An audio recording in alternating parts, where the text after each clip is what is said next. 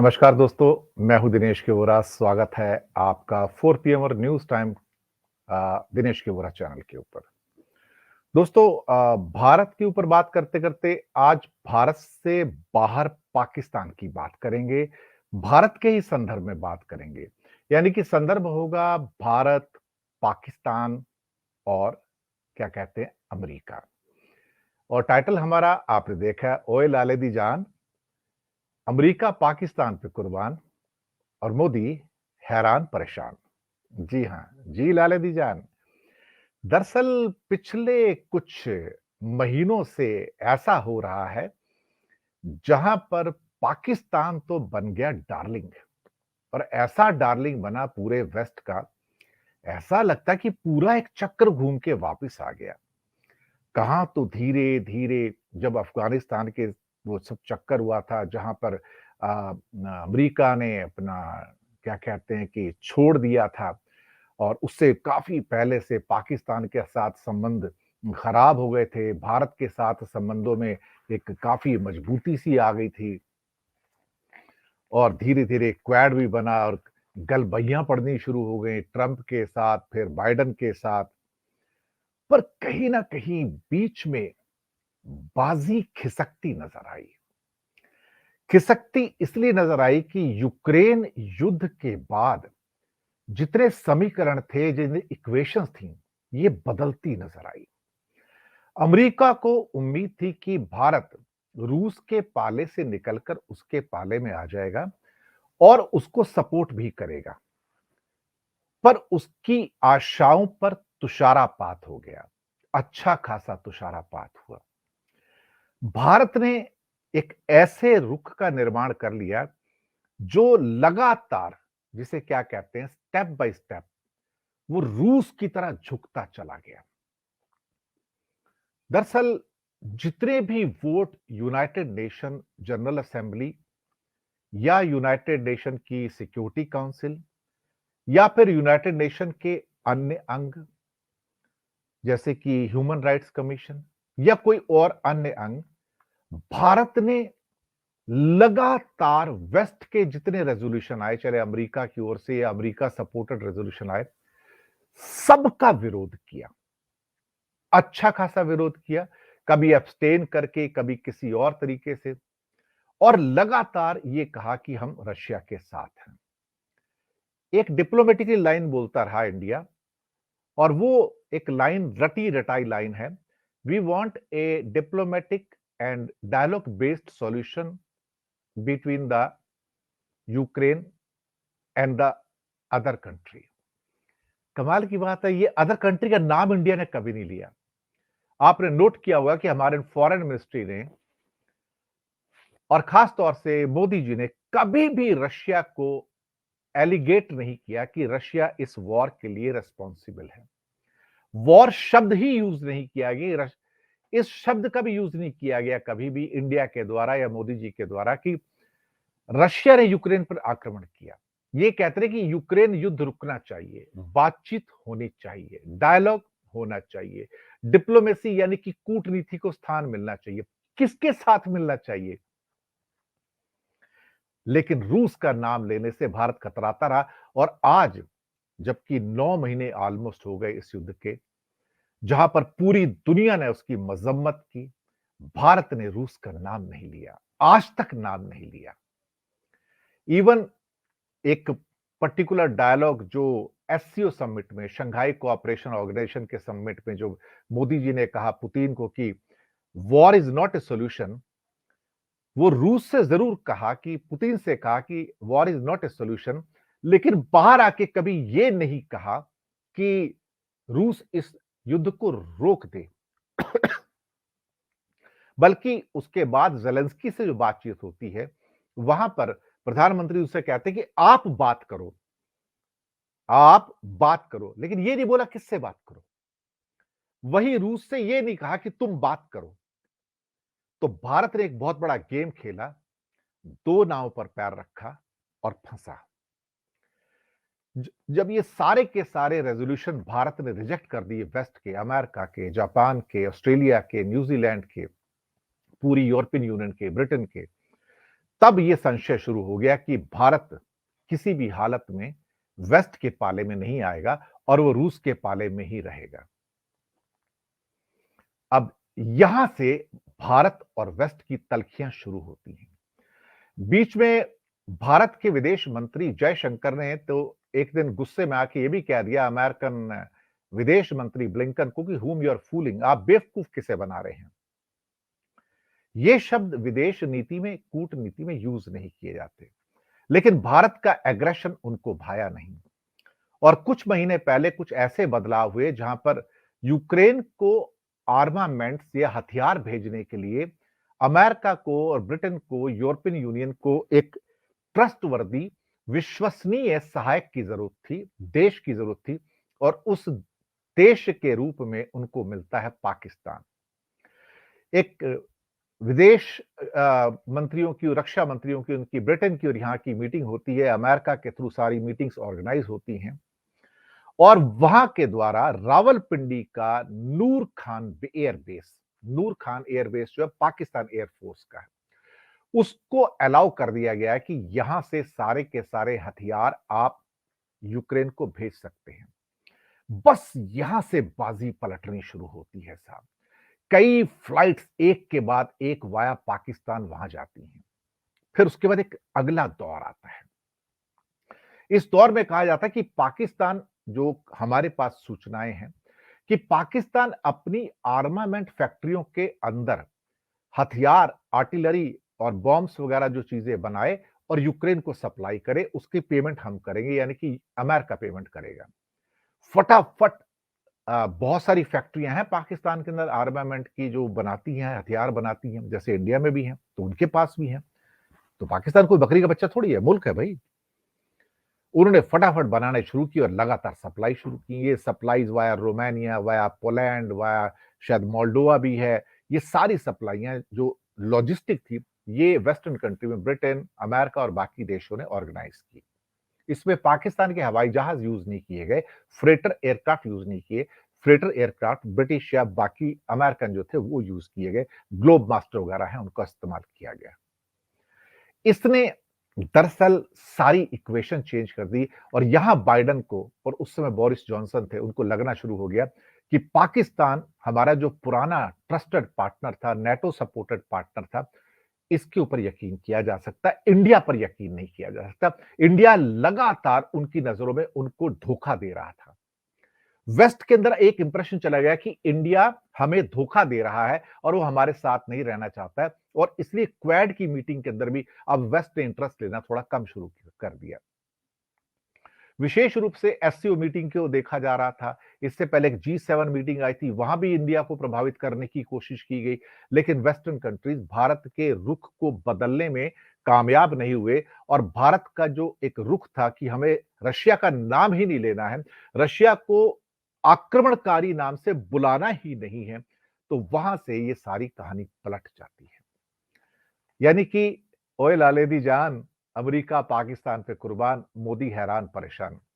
भारत अब इस जो नई स्थितियां जो निकल कर आ रही हैं कूटनीति में, उससे परेशान हो रहा है कि अब मैं अमेरिका और वेस्ट को कैसे समझाऊं, क्योंकि व्यापार तो सारा उनसे है।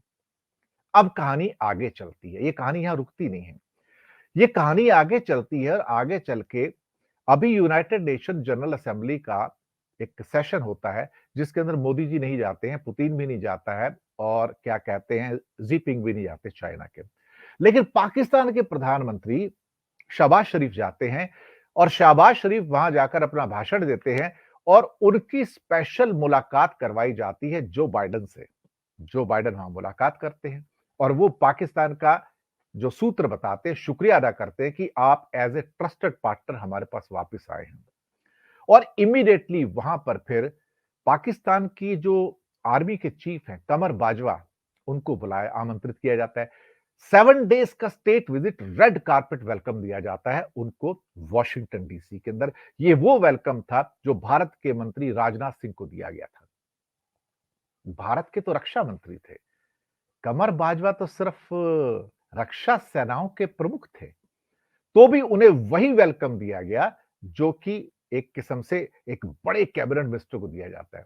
इससे पाकिस्तान की बाँछें खिल गई उसे लगा कि वाकई में अब मेरी जो तबाही के दिन हैं, इकोनॉमिक गुर्बत के दिन हैं, वो दूर हो जाएंगे। और पाकिस्तान का सोचना ठीक भी था। वहां पे उनको स्वागत हुआ, उनके डिफेंस मिनिस्टर लॉयड ऑस्टिन से मुलाकात होती है और उसके अलावा सीआईए के साथ जो उनके चीफ है उनसे मुलाकात होती है। अमेरिका के नेशनल इंटेलिजेंस चीफ से मुलाकात होती है। एक के बाद एक पॉजिटिव मोड आने शुरू हो जाते हैं। आईएमएफ जो किश्तें रिलीज नहीं कर रहा था, आईएमएफ और वर्ल्ड बैंक, ये दोनों को दोनों देखा जाए तो अमेरिकन अधिकार में है और एडीबी जो जापान के अधिकार में है, वो भी एक तरह से अमेरिकन इन्फ्लुएंस में काम करता है। यहां से एक कहानी पलटती है और तुरंत पाकिस्तान को 1.2 बिलियन डॉलर की, जो इंडियन रूपी में कहा जाता है अप्रोक्सीमेटली 10,000 करोड़ की जो किश्त रुकी हुई थी, इमीडिएटली दिलवा दी साहब। 6 बिलियन डॉलर का पैकेज है उनके लिए। साथ में वर्ल्ड बैंक की ओर से एक 2 बिलियन डॉलर की डील और करवा दी। एक 30 मिलियन डॉलर का पैकेज फ्लड रिलीफ के नाम पे दे दिया गया और साथ में एडीबी को इन्फ्लुएंस किया गया, एशियन डेवलपमेंट बैंक जो जापान का बैंक है, कि तुम इमीडिएटली 2.5 बिलियन डॉलर पाकिस्तान को इमीडिएट मदद के लिए दे दो फ्लड रिलीफ के नाम पर। उन्हें पैसे की बहुत जरूरत है, डॉलर्स नहीं है उनके पास। ये हो गया। भारत अब इसके ऊपर कुछ कह नहीं पाया कि आईएमएफ, वर्ल्ड बैंक और एडीबी के पैसे मिल रहे हैं। यहां तक तो ठीक था, लेकिन भारत अंदर से कूटनीतिक रूप से परेशान था कि अमेरिका और वेस्ट का झुकाव फिर से पाकिस्तान की ओर होना शुरू हो गया था और भारत को जो तवज्जो मिलनी चाहिए थी एक बड़ा देश होने के नाते, वो नहीं मिली, क्योंकि भारत को पता था कि वो लगातार रूस की ओर झुकता चला जा रहा है। यहां से कहानी में एक नया ट्विस्ट आता है साहब। ओए लाले दी जान, अमेरिका पाकिस्तान पे कुर्बान। यहां पर अमेरिका ने एक बड़ा निर्णय लिया। $450 मिलियन, अप्रोक्सीमेटली 4,000 करोड़ रुपए फॉरेन एक्सचेंज के अंदर पाकिस्तान को दिए F-16 फाइटर एयरक्राफ्ट को, क्या कहते हैं कि अपग्रेड करने के लिए। यहां पे भारत की आंखें खुलती है और वो अपना रोष, आक्रोश, गुस्सा व्यक्त करता है और पाकिस्तान को सीधा कहता है कि जो आप कर रहे हैं बिल्कुल गलत है। लेकिन अमेरिका ने सीधा एक टकेसा जवाब दे दिया भारत को कि पाकिस्तान के साथ जो हमारे रिलेशन है, उस रिलेशन को अमेरिका भारत के चश्मे से ना देखे तो अच्छा है। हमारा वादा है पाकिस्तान के साथ और पाकिस्तान हमारा ओल्ड ट्रस्टेड एम्प्लॉई है, इसलिए हमारा जो आपके साथ जो रिश्ता है और हमारा जो पाकिस्तान के साथ रिश्ता है उसको कंपेयर ना करें। हमारे जो पाकिस्तान के साथ रिश्ते हैं उसे हम बनाए रखेंगे। ये भारत को जब टके से जवाब मिलता है तो भारत चुप होकर बैठता है और अभी उसके बाद फिर से भारत ने रूस के समर्थन में एक वोट दिया। ये वोट वो वोट था जो यूनाइटेड नेशन की जनरल असेंबली में होता है, जिसके अंदर अ, रूस के द्वारा 4 यूक्रेनियन जो प्रांत हैं, जो स्टेट हैं, खेरसान है, ज़ोरोपिजिया है, लुहांस्क है, दोनास्क है, इनका अधिग्रहण होता है और वो नकली छदम वोटिंग करा के उसको अधिग्रहण कर लेता है और उसके बाद उसके ऊपर वोटिंग करवाई जाती है कि ये इसको कोई अधिकार नहीं है कि दूसरे की टेरिटोरियल इंटेग्रिटी को भंग करके दूसरे के कंट्री के हिस्से को हड़प जाना, ये अच्छी बात नहीं है, ये हमें स्वीकार बिल्कुल नहीं है, यूनाइटेड नेशन स्वीकार नहीं करेगा और इसको यूनाइटेड नेशन ने 100 से ज्यादा वोट देकर स्वीकार किया। भारत ने यहां भी रूस का साथ दिया, यानी कि भारत ने रूस को आलोचना नहीं की। हमारा पड़ोसी बांग्लादेश अमेरिका के साथ चला गया, रूस का क्रिटिसिज्म किया कि आपको दूसरे देश की स्टेट्स को हड़पने का अधिकार नहीं है, लेकिन भारत ने यहां भी कह दिया कि आप हड़प सकते हो। यहां पर उसको आया गुस्सा अमेरिका को और अमेरिका ने कहा कि जो ये आपका रवैया है, ये रवैया बिल्कुल ठीक नहीं है। आपकी ठीक है, आपका जो भी इस पर रवैया चल रहा है हो सकता है। अब उसके बाद आता है लास्ट डिसीजन, आज की खबर, यानी कि एक दिन पहले की खबर, जो आइसिंग ऑन द केक है। इसने भारत के रातों की नहीं, दिन की भी नींद उड़ा दी है।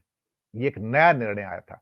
आप जानते हैं कि पाकिस्तान आतंकवाद की लिस्ट में है और उसे कहते हैं एफएटीएफ, यानी कि फाइनेंशियल एक्शन टास्क फोर्स है। वो इनफेमस कैटेगरी है, ग्रे लिस्ट में आता है for failing to check the black money laundering, terror financing.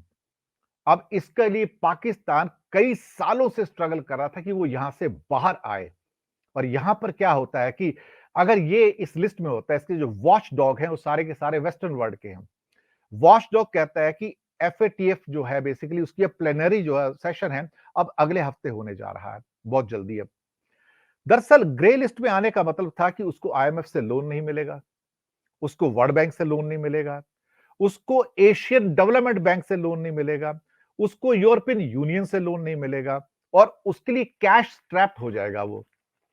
लेकिन यहां पे अमेरिका ने पहला झटका इंडिया को दिया कि Pakistan is likely to exit FATF grey list this week, कि पाकिस्तान को इसी हफ्ते अमेरिका बेल आउट कर रहा है, यानी कि उसको बाहर निकाल रहा है फाइनेंशियल एक्शन टास्क फोर्स, यानी कि वो देश जो आतंकवाद फैलाते हैं। अब उस लिस्ट में से भी इसको बाहर रखने की तैयारी शुरू हो गई है और ये जो मीटिंग है इसकी अब ये होने जा रही है। बिल्कुल यहां से पाकिस्तान अगर बाहर आ जाता है, मुझे लगता है कि यहां पर अमेरिका की जो कहानी है वो कामयाब होती है। यहां पर अमेरिका अब भारत को एक एक स्टेप पर ये बता रहा है, जो पाकिस्तान को सपोर्ट कर रहा है, कि behave yourself, stop going to Russia continuously.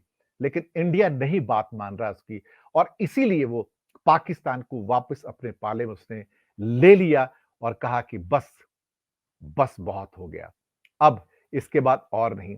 और पाकिस्तान को इतना बड़ा सपोर्ट देना, ये अपने आप में, ओए लाले दी जान, अमेरिका पाकिस्तान पे कुर्बान और मोदी हैरान परेशान। ये भारत की कूटनीतिक हार है, जहां पे भारत ने पूरे वेस्ट को और अमेरिका को फिर से अपने हाथों से गवाया, क्योंकि एक्स्ट्रा एम्फेसिस जो उसने क्या कहते हैं रशिया पे डाला है, उसने जो परेशान किया है जापान को, अमेरिका को, ब्रिटेन को और यूरोपियन यूनियन को। बल्कि अभी तो जर्मनी के विदेश मंत्री ने खुलेआम कहा कि जर्मनी का फर्ज बनता है कि कश्मीर समस्या को सुलझाने में मदद करे और बीच में मध्य क्या कहते हैं मीडिएटर के रूप में आए। लेकिन भारत ने उसका कड़ा प्रतिरोध किया था, हु आर यू। लेकिन वो जर्मनी है, वो कोई बकरी का बच्चा तो है नहीं। ये हालात है साहब। तो भारत के लिए परेशान होने की बात है, क्योंकि एक के बाद एक स्टेप बिना वर्ड्स को मिन्स किए अमेरिका हर हफ्ते एक ऐसा कदम उठा रहा है जो इंडिया को परेशान कर रहा है, जो इस बात को शो कर रहा है कि Pakistan now formally is in the list of America. America का फिर से वो डार्लिंग है, इस टाइम वेस्ट का इस टाइम डार्लिंग है, वर्ल्ड बैंक, IMF और एशियन डेवलपमेंट बैंक का भी डार्लिंग है। यानी कि अब अमेरिका पलक पावड़े बिछाकर उसको सारी परेशानियों से बेल आउट कर रहा है और करेगा। भारत ने अपने लिए कूटनीतिक हार खुद तय कर ली। पहले जो संशय की स्थिति थी क्वाड और बाकी में, हालांकि कुछ फॉर्मेलिटी के शब्द अमेरिका की ओर से अब भी आते रहेंगे, हम क्वाड में हैं, हम विरोध करेंगे, हम चाइना का सामना करेंगे, लेकिन ये सिर्फ एक कॉफी टेबल है जहां चाय कॉफी पी जाती है, स्टेटमेंट दिया जाता है और वापस आया जाता है। इससे ज्यादा कोई कीमत, कोई औकात क्वाड की नहीं है। दोस्तों, समीकरण जियोपॉलिटिकल सेंस में फिर बदल गए, यानी कि भारत फिर से एक बार उस पाले में आ गया जहां वो वेस्ट की नजर में एक ट्रस्टेड, एक विश्वसनीय पार्टनर नहीं है, और पाकिस्तान फिर से बन गया डार्लिंग। ओए लाले दी जान, अमेरिका पाकिस्तान पे कुर्बान और मोदी हैरान भी, परेशान भी। फीडबैक दीजिएगा प्रोग्राम कैसा लगा, और साथ में 4 PM और न्यूज टाइम नेटवर्क को जरूर सब्सक्राइब कीजिएगा। धन्यवाद आप सबका, आपकी पॉजिटिव फीडबैक के लिए, सहयोग के लिए, प्यार के लिए, मोहब्बत के लिए। धन्यवाद आप सबका।